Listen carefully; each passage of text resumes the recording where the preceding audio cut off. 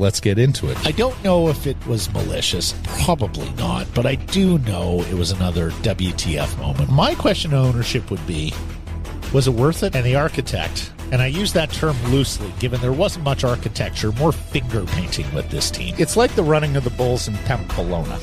You know someone is going to get hurt. That's what you all need to understand here, right now. And today we turn the welcome mat over to one of the good news stories already here in 2022. In fact, great news story if you know Brian Red Hamilton, like all of us who cover the Vancouver Canucks, and he joins us on the line now. Happy New Year, Red. How you doing? I'm excellent. How are you guys? Doing well. We're fantastic. I didn't necessarily think you'd be the big international news item in the early days of 2022, but that's where we're at, my man. How are you making out with all this?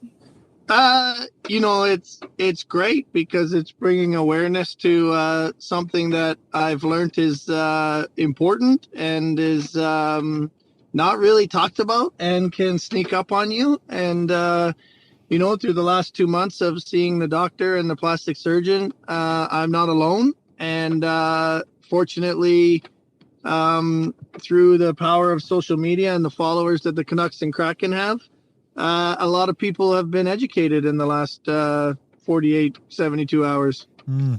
Well, we had heard of this story a couple of months back and sort of wondered, oh boy, I wonder if Red's going to go public with that. I wonder if the Canucks are going to go public with that. That's quite an amazing story, and what a good Samaritan. Tell us about the whole plans here, Red, because it wasn't necessarily supposed to go as viral as it has. No. So once I found out that she was right, which took about 3 to 4 weeks after I initially had the interaction with her, I mean the Canucks reached out to the Kraken, and we tried to find her privately. They reached out and went through season ticket members and LinkedIn some of the members, and we actually found a doctor that sat behind the Kraken bench. And so, of course, we assumed that's who it was. And the Seattle Kraken were nice enough to reach out because they obviously had her email. And she said, no, not me. And so now we're like, okay, we're back to square one. How do we find this person? And so we wrote a letter. And our initial thought was, okay, we'll write a letter.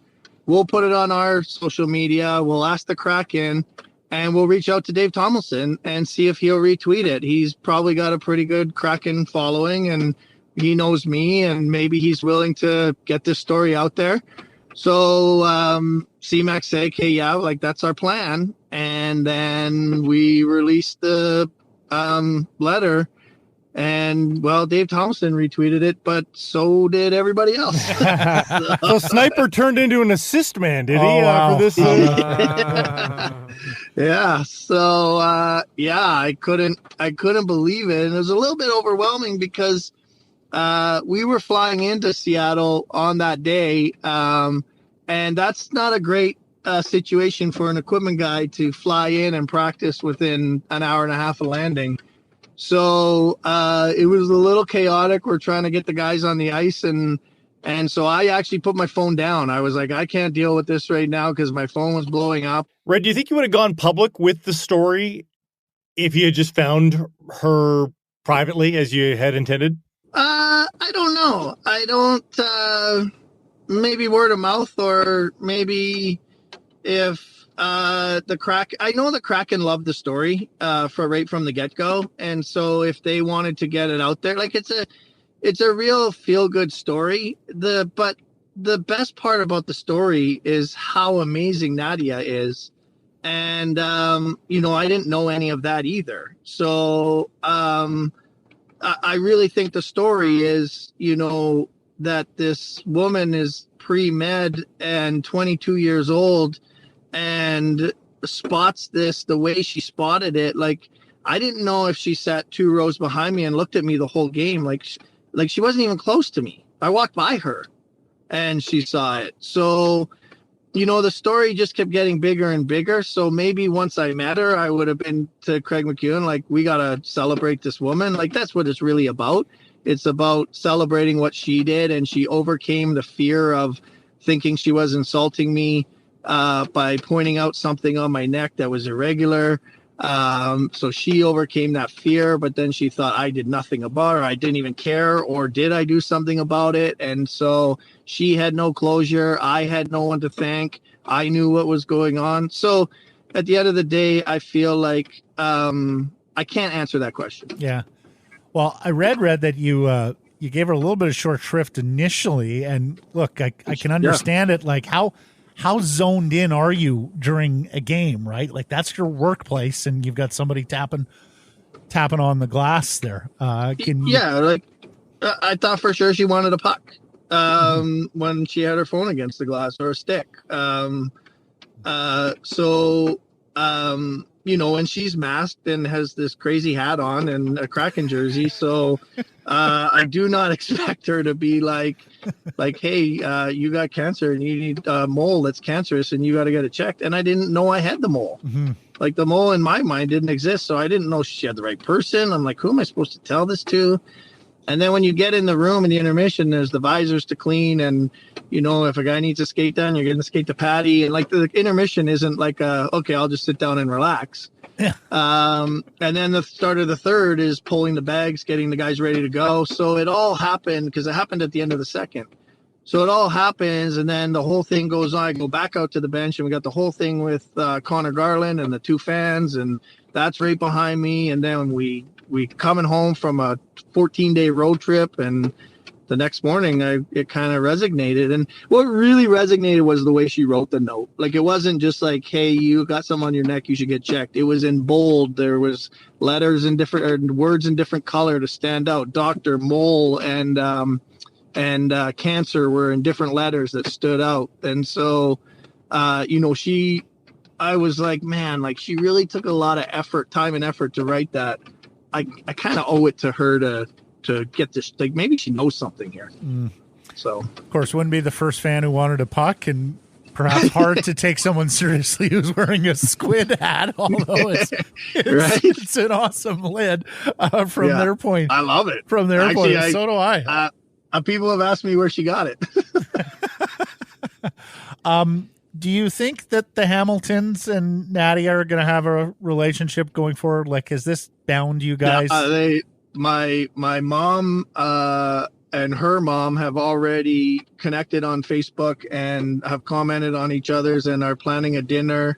You have to this story's about her, but part of the big thing of the story is my mom has had 4 kids. 2 have died of cancer, and her grandchild's died of cancer, and my dad died of cancer. So my mom's lost a husband, 2 kids, and a grandchild to cancer. So when I got to call my mom and be like, hey, I was just told by someone I might have cancer, it's not a great phone call to make. And so when I got to make the phone call and say, hey, Mom, I had cancer, it's so much easier to have that conversation with my mom. And if I don't have Nadia telling me this, I'm still today walking around with cancer in my body, and I don't know unless someone else has stepped forward. You've probably been on the bench a zillion times and had people just yelling inanities at you. Were you ready to just blow it off? Yeah, like I said, it didn't. It wasn't until I asked Jessica in the morning, "Is there a mole on my neck?" that I was like, "Holy cow!" So there is a mole. Okay, so the mole exists. There's got to be something here. And Jess is like, well, it's a weird shape. So I'm like, okay, well, and don't get me wrong. I'm really, really fortunate with the Canuck organization that I'm going to see a doctor in 3 days because he's going to be at the game. So I fully understand I didn't have to make a doctor's appointment and go to the doctor. I appreciate that part of my job. And so it was, I was able to see the doctor right away.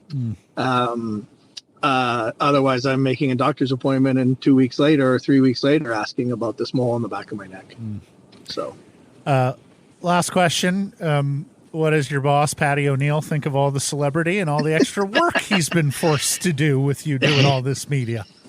Yeah, well, Yeah, he's very, very thankful. When I got the news that I had cancer and it was gone, he gave me a hug, and then he phoned me again that night and just told me how happy he was for me that it worked out the way it did.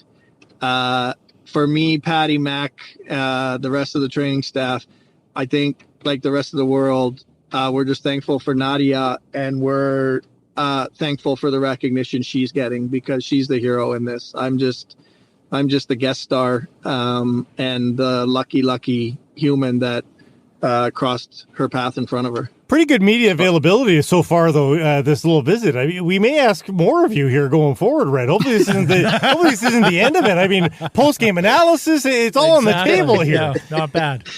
Yeah, well, I'm not good at that part of it. I I miss half the game, so I don't even know what that. You're gonna have to,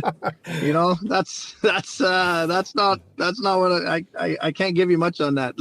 There's honestly times I get home and Jess is like, "Did you guys win?" And I'm like, "Yeah." And she's like, "What was the score?" And I'm like, if we scored an empty netter, it was 4-2, but it might have been 2. So yeah, I don't. There's sometimes when you're in the room in the third period, leaving to come home from the road. You don't always know if you scored an empty netter because the TV's off and there's no horn. And so when I'm on the road, I always know how many they scored, but I'm never sure how many we've scored. Everybody's got their role, and Nadia hers as well, right? So there you go. So yes. Well, pleased to hear this guest star's voice, and pleased to see him around Rogers Arena for many years to come. Thanks for this, Rick. It's been a pleasure seeing you guys. We've known each other for a long time. So Shorty and I joke when we met we were skinny. Thanks, Red. Be well. Best of 2022 to you. Thanks. Thanks. Okay.